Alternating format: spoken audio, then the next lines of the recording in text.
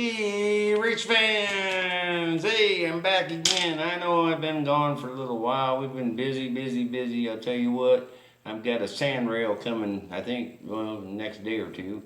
And everything. I've been busy with that and everything. And of course, you know, things are, we're just busy, busy, busy, I'll tell you. And oh, good news, good news, good news. We're going to South Bend Speedway Saturday night. South Bend, Indiana. The fastest quarter mile in the country. Yeah, buddy. We're going to be there. And then we're going to Indy. Yeah, Indy. I don't know. We haven't got all the dates yet. Having trouble finding the dates out for the road course, but for the big track, we're all set up, and we're going to go to qualifying and everything, and go down there and see everybody. And oh man, and the guy that runs the chute there, he's going to have his eyes out for me, and he's going to be looking for trouble. I was just checking something out there. So anyway. We was talking about the old tough guy, Bob Tatterson. And I'll tell you what, this guy was really tough. And he was brave, very brave. Escaped from the Nazis and all. And, he jumped and so on. And, 82nd Airborne or whatever it was. And, and he was a hell of a race driver, a midget driver. In 1955, AAA Terre Haute Action Track, he won the heat and the feature and first time out. And of course he was with Pavers, I guess, or Pavers.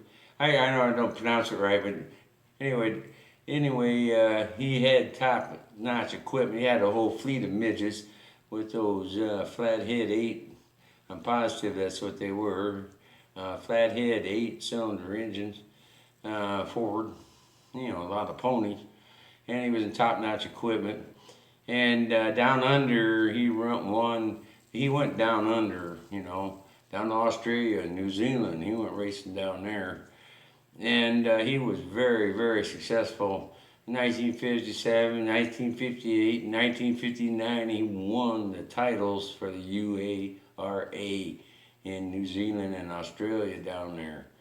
And he was nicknamed Top Gun Tattersall. Top Gun Tattersall. And he dressed up in cowboy hat and boots and stuff. And, he dressed up and he had a lot of charisma and the press loved him down there. And, of course, the fans loved him too.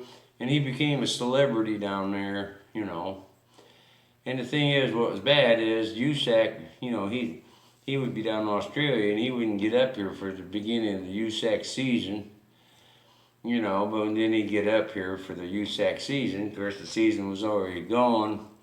And he won more heats and more features than the champion did in USAC. He won more features and stuff, but he got, due to the fact he's down there, racing midget. Yeah, he didn't have a prayer, to win a championship. But in 1969, they put together the full schedule for USAC, and he became a USAC champion in 1969. Yes, this guy could drive. This guy had guts. This guy, he had it, And the thing is, and then he had his sights on Indy. He wanted to run Indy, He wanted to run it. He wanted to go case in on some big money, but he didn't have big money. And Purvis must not have had big money either. It takes big money to run Indianapolis. But he got him a ride in a bad car, and he wasn't. And he didn't make it in 19. Hang on, I'll tell you here in just a second. 1966 he tried. I don't know. I thought it was after 69. He tried it. He's in bad equipment, And you can't carry a race car. I know, these fans, it's all about the driver. It's all about the, well, I'm going to tell you what, you got to have a race car. You have to have a race car that sticks. You have to have a race car that will stick in that corner when you take her in there deep. And when you stick your nose in there, you know that suckers ain't going to push up and everything else. I mean, yeah, the driver has the talent, but he has to have a race car. And I tell you what, Jesus couldn't, can't even qualify in one of those substandard cars, for Indy. And then he went back in 1967, and he was in unbelievable pain, just unbelievable pain. And he was in bad shape. A friend of him said, "Hey, you better go to Methodist Hospital here in Indy. You need to check this out. You're in bad shape." So he went to the Methodist Hospital, and they found out he had a cancerous kidney. And they removed the kidney. And of course, he basically lost a season, recuperating and all. Of course, it came back, naturally it came back. And, but that just shot all opportunity of running Indy and being in the biggest race of the world. Indianapolis, yeah buddy, Indianapolis Motor Speedway. But boy, you gotta have big money to run Indianapolis. You have to have big money behind you. You have to have talent. Yes, you do. But man, you gotta have that money. Now, you can't get in a good car. If you don't get in a good car, you don't get in a race. And it's just the way it is. That's racing. It's competition. It's not a sissy sport. You don't show up down there with your race car and go, "Well, I'm here. We'll give you a spot back there." No, it's competition. Racing's an adult sport. Come on. Racing's an adult sport. People get hurt in these cars. People end up in wheelchairs.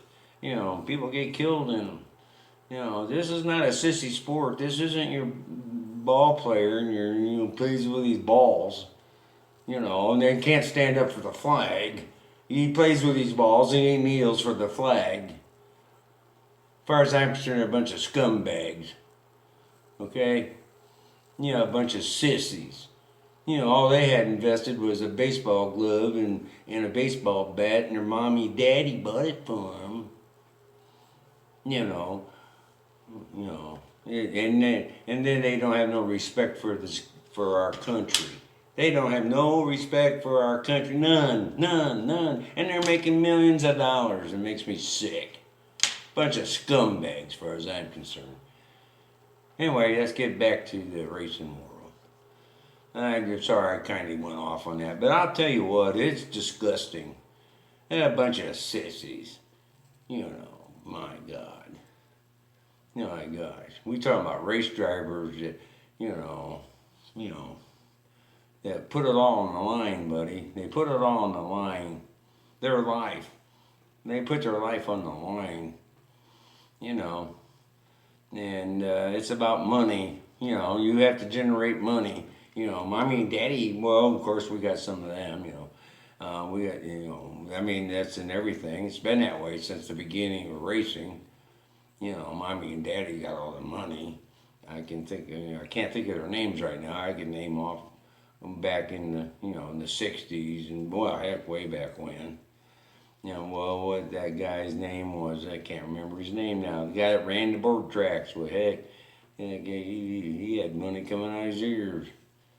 Okay, but he had talent, okay, but anyway, but the thing is, when I try to tell some of these people, yeah, okay, mommy, daddy's got the money, but that kid's got talent, There's a kid down here by Winamac, I can't think of his name right now.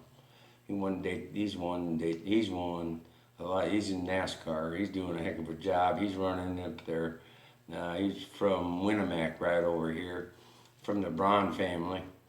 And the Braun family they got the money, okay? But he's got the talent, okay?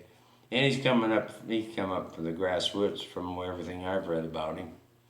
He's a young kid, and I wish I had his name right now. But anyway, he's coming up. So anyhow, he wanted to run Indy, and he didn't, it didn't work out. And then he was in unbelievable pain and kidney problem. And then he went back to racing. They removed his kidney, and then the cancer returned, but he didn't quit racing. He kept right on racing. He didn't care. The heck with it. I'm gonna race. I mean, that's the kind of people we're talking about, not these sissies. Yeah, a bunch of sissies, I'll tell you. Yeah, did anybody change your diaper lately? As you destroy our country? Scumbags. Anyhow, if I hurt your feelings, that's fine. You make me sick. So anyway, I'm sorry. I'm a little fired up about that. I mean, it's garbage. But we've got an election coming up, people, and by God, you get out and vote. And get out and vote. And don't listen to these clowns walking around. Well, country, vote. Well, if we get out and vote and overrun the polls, they can't cheat. Tell them scumbags are saying that crap. All they're telling you is don't go to the polls. It comes to account. It's a bunch of garbage. So anyway, the system does work, but we got to get off our butts and get to the polls. We got to put an end to this crap. I've been waiting 3 months for a stove. Yeah, 3 months for a stove and Buddha dick or whatever, Buddha dick. Whatever. I'm sorry, man. I'm getting off of man. Oh man. We got. I respect our president. I really do. I mean, he's our president. I didn't vote for the dummy. I mean, if that was Trump up there, they'd ran him out. I mean, it counts whose side of the fence you're on. Anyway, it doesn't matter. No, it does matter. We can fix it. We can fix it. We don't have to burn cities and everything. So anyway, I'm sorry about that. I don't want to get political.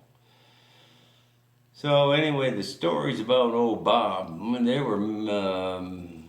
was unbelievable. The stories about Bob, the things that he done. He got burnt real bad down there in Australia or someplace down there, and burned his legs. Had an oil leak on his header, and she ignited into flames and came inside the cockpit with him, and burnt the hell out of his legs. And he was all, plus, he had a kidney problem, all that. And anyway, they was having a big pool party down there, big party, and of course Bob wasn't there, and everybody said, well, geez, Bob must be, resting up, he's going to run tonight. He's not feeling, he's all burnt and everything. And burns are painful. But Bob shows up on top of the motel, and he throws a towel over his shoulder. He made a cape out of towel. He come and he wrapped up his legs with plastic bags. And he stood on top of the motel, and he jumped off the top of the motel into the swimming pool. Yeah, that guy was, he was either crazy or whatever. This guy had guts. Okay. And, cancer returned. He kept, cancer was getting to him. He kept racing. His last race was in Australia. I kind of missed some real important facts. I'm just looking here. He won so many races. He won 50% of his races down under. 50%. That's unbelievable. Of course, he was in top-notch equipment, But still, he had to drive the damn thing. He had the talent. All you had to do is give him a car that you could drive. And he would win races for you and heats and everything else. But anyway, the cancer got to him, and it just wore him down. And his last race was in Australia, at Liverpool City. He died in 1971. Yes, sir. Bob Tattersall. Yeah. World War II hero. He fought with the toughest outfit that the United States Army had. They was in the most fierce battles. They did everything. Actually, like I told you, it was a suicide squad, basically. He survived it, and he came home and he did a heck of a job racing, and of course the opportunities for the real big time at Indy just didn't happen. But, you know, and so, but he's in the Hall of Fame and Midget Hall of Fame and everything. People that remember him love him. He had charisma, and he did a lot for the sport. He did a lot, especially down under. He did a lot for the sport down there, building it up. And he was a cowboy, he wore his boots and everything, and he did interviews and he talked to the fans. And he was a great guy. That's all there was to it. And he lived his life his way, And what more can you say? He's kind of, it's not sad because, he lived his life. He lived on the edge. So anyway, with all that being said, my motto. You're walking down the street, say hi, hey, how you doing? When you go into the restaurant, be nice to the waitress. Hey, they're working their tails off. I mean, I'm telling you what. I'll tell you one thing quick. We was in Applebee's in Valparaiso, and I mean, our waiter was almost running. And he wasn't the only one, because they're short of help, because all the bums are sitting at home sucking their thumbs collecting a check. So whoever's out here working's got to work twice as hard to cover so we can go to a restaurant. And then I went to the hospital. Oh, what a deal. Oh my gosh. Oh my gosh. They walk around like they're snails. And of course, this hospital up here, which I don't go to anymore. We're done with them clowns. I mean, they're a bunch of clowns. My God. I'm telling you, they're terrible. But they just kind of walk around, this hospital up here is all about power and harassment and control. They don't give a rat's ass about helping you. Well, we're with a medical group now that take care of us. The last thing the lady told me, we checked into the place, and she goes, "We will help you."